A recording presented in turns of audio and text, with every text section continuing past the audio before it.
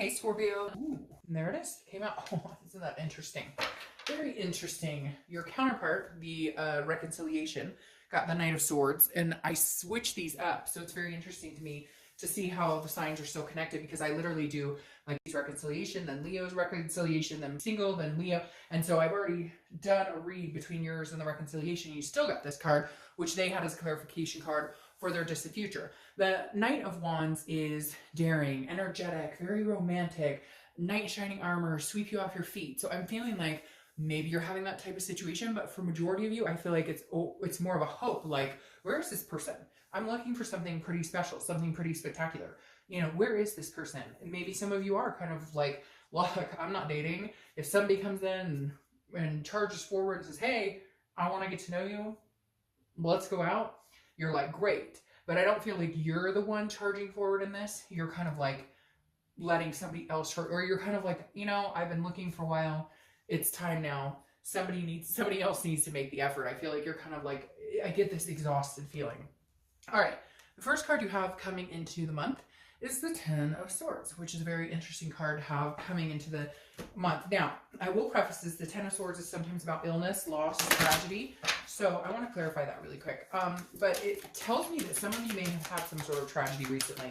Not a relationship tragedy, but lost a loved one, grandparent, parent, something tragic, because the 10 can often represent that type of loss. However, yeah, and then you have the Six of Swords crowning that, which is abandonment, retreat. So it doesn't even have to be a physical loss. This is a loss of something. It could even be a pet. But this is some sort of right here, like you left the situation. Maybe this was a long time ago and you're still carrying the hurt. This is not a reconciliation type situation. You don't want this person back. But this is definitely like somebody left a situation, abandoned a situation, retreated, and you're still feeling the loss. Now, I don't feel it's as heavy as this.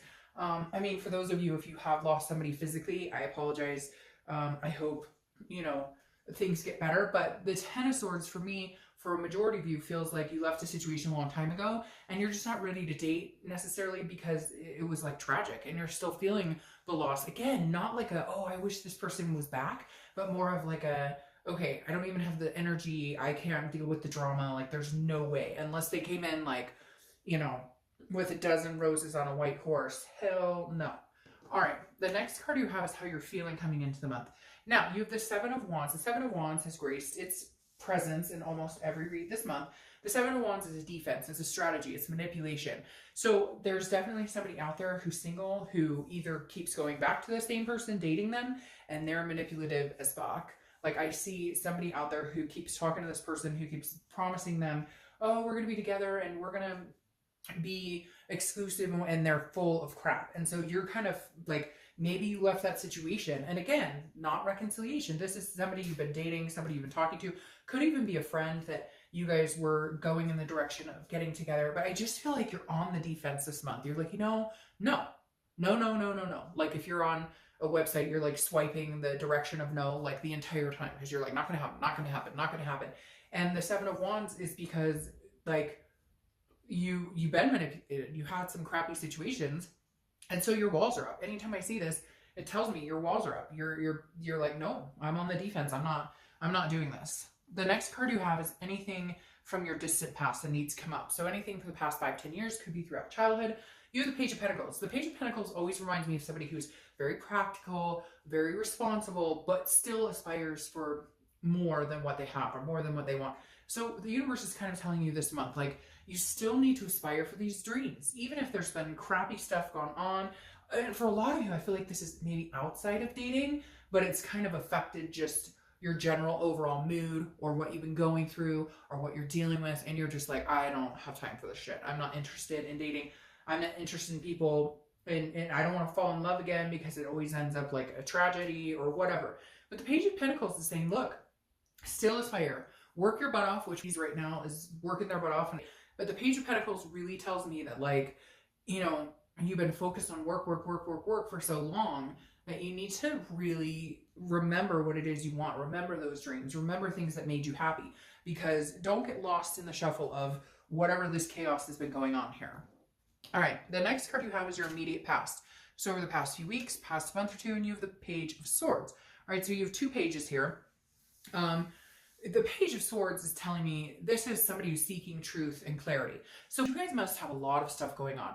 Again, not just in love life. Like, this tells me somebody is like thinking about their faith, questioning their spirituality, questioning in general what they want. Because again, this person's looking, they're seeking for some sort of clarity. They're seeking their truth. They're wanting to know the ins and outs of a situation. So I feel like some of you have been dating and you just have not been meeting genuine people, or if something came up here where maybe you found out something about a past lover or past relationship, and I keep hearing in my head, like, it just keeps piling up. It's getting worse and worse. What the hell's going on? So I don't know. And again, it may be somebody, like, I hate to say tragic, but there could be something that you've experienced recently that has just made you abandon all thoughts or beliefs in love. And yet at the same time, you're still hanging on by a string. So let's see what else is going on here. The next card you have is your distant future. So over the next few months, you have the Ace of Swords. The Ace of Swords is about logic, clarity, power. This is saying you will get the clear thoughts. You will get the clear path. The fog will lift. You will be in the driver's seat. Right now, I feel like a lot of you kind of life in general. I really just want to like sob right now for some reason. The Ace of Swords makes me feel like somebody is sitting out there going, right now, like, it just no matter which way I go, things aren't moving right. Things aren't moving in the direction I want them to go. The Ace of Swords saying, wait, just wait. Like, the power will be back in your court soon. For whatever reason, you've had to deal with these things. You've had to deal with everything life has thrown at you, but you won't lose the power. You'll still yield the power here. The next card you have is your immediate future. So the next few weeks throughout the month, yeah. And I don't know, maybe it's because and things are going on and it's chaos or what is going on. But you have the Five of Wands. The Five of Wands is about chaos, priorities, and competition. So maybe you're just competing for, I don't even feel like it's you're competing. I feel like you're meeting people and you feel like you're competing because you meet somebody and you think, hey, they're really cool. And then they've got like 5 other people they're talking to. And you're like, I'm not interested in dating for the rest of my life. I'm not interested in, dating like somebody who's dating 50 people. I'm looking for one decent human being to have some sort of committed relationship in the future and possibly move forward. And here it feels like maybe you're on dating sites or meetup groups and it just seems like endless chaos. But the thing about this though is priorities. So this is you kind of getting your priorities in check.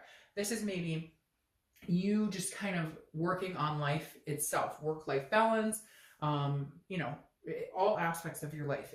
But I feel like there's kind of a chaos that spilled over a little bit into your work, into life in general, into family, whatever it is, because it feels like this is you trying to get a rein on like every step. And so you're not feeling like going out and meeting the love of your life until everything kind of clears up. Like when it rains, it pours, right?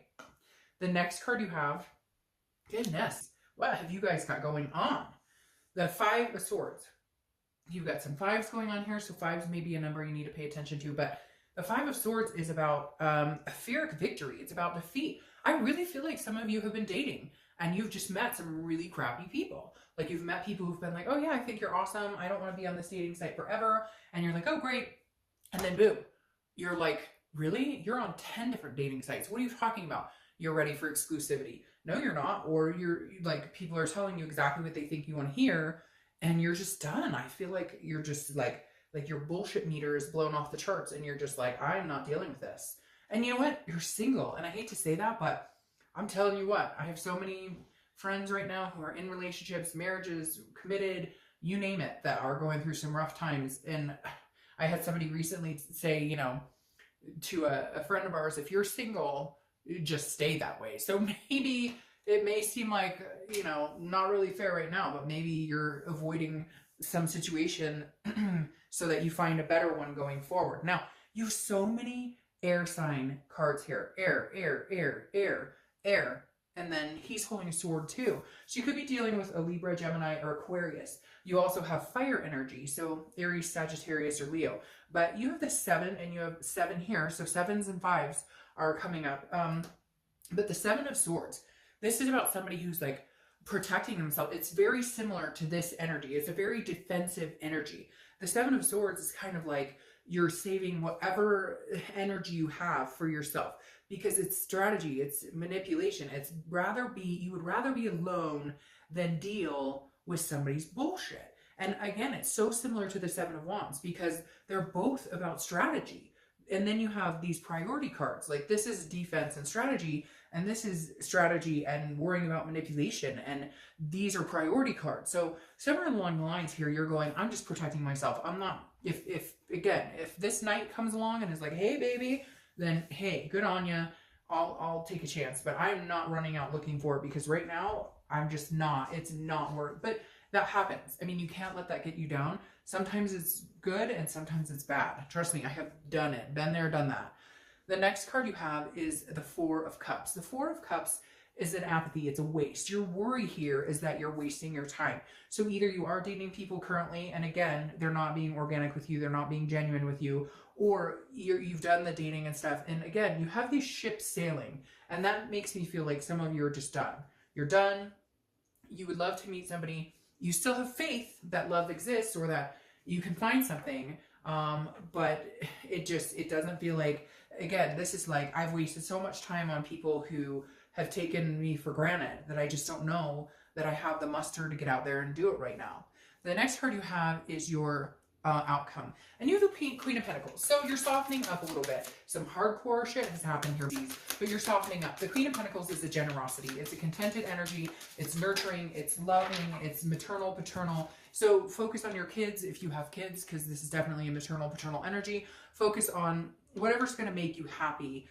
Focus on yourself. Focus on just being content. Clear up whatever this is going on here. Clear it up. Because in the end, your outcome is a very queen-like energy, a very healthy, nurturing energy. Now, what's interesting is you're crowning with the Queen of Cups, who is a woman of mystery, okay? She's an otherness, spirituality. Ah, there you go. So I feel like you're holding on to somebody that you're dating, or you're listening to people's BS, or you're dating people that are not good for you, people that don't treat you well, that don't respect you, and all of a sudden you're going to turn and get out of it. And maybe this person does approach you. Maybe they come towards you and it lightens the mood, because all of a sudden your outcome is crowned by the Queen of Cups, who is, again, she's of otherness, a mystery. People can't wait to get to know her. People want to know all about her. Somebody's going to be very attentive here and nurturing. Somebody's going to kind of heal these wounds. And it may be through these wounds that you guys meet. Because again, it may be that you guys meet on territory that's similar. Does that make sense? Like a bereavement counseling, or just a situation where you're like, screw love, like I can't stand, and then you meet somebody who's like exactly the same, but in reality you guys nurture each other. And then you have the Two of Cups here. It's like all this shit, and then like the best outcome ever, because your distant outcome is the Two of Cups, which is twin flame. It's karmic connection. It's soulmate. Don't correct me in the description, because everybody calls it something different, and every time I say twin flame or karma, everybody says it differently. All I know is that it's a fantastic card for love. It is by far one of the best, if not the best, cards for love in the deck. It's about a connection, an attraction on such a deeper level. It's almost like you go through this whirlwind of total chaos to end up with the twin.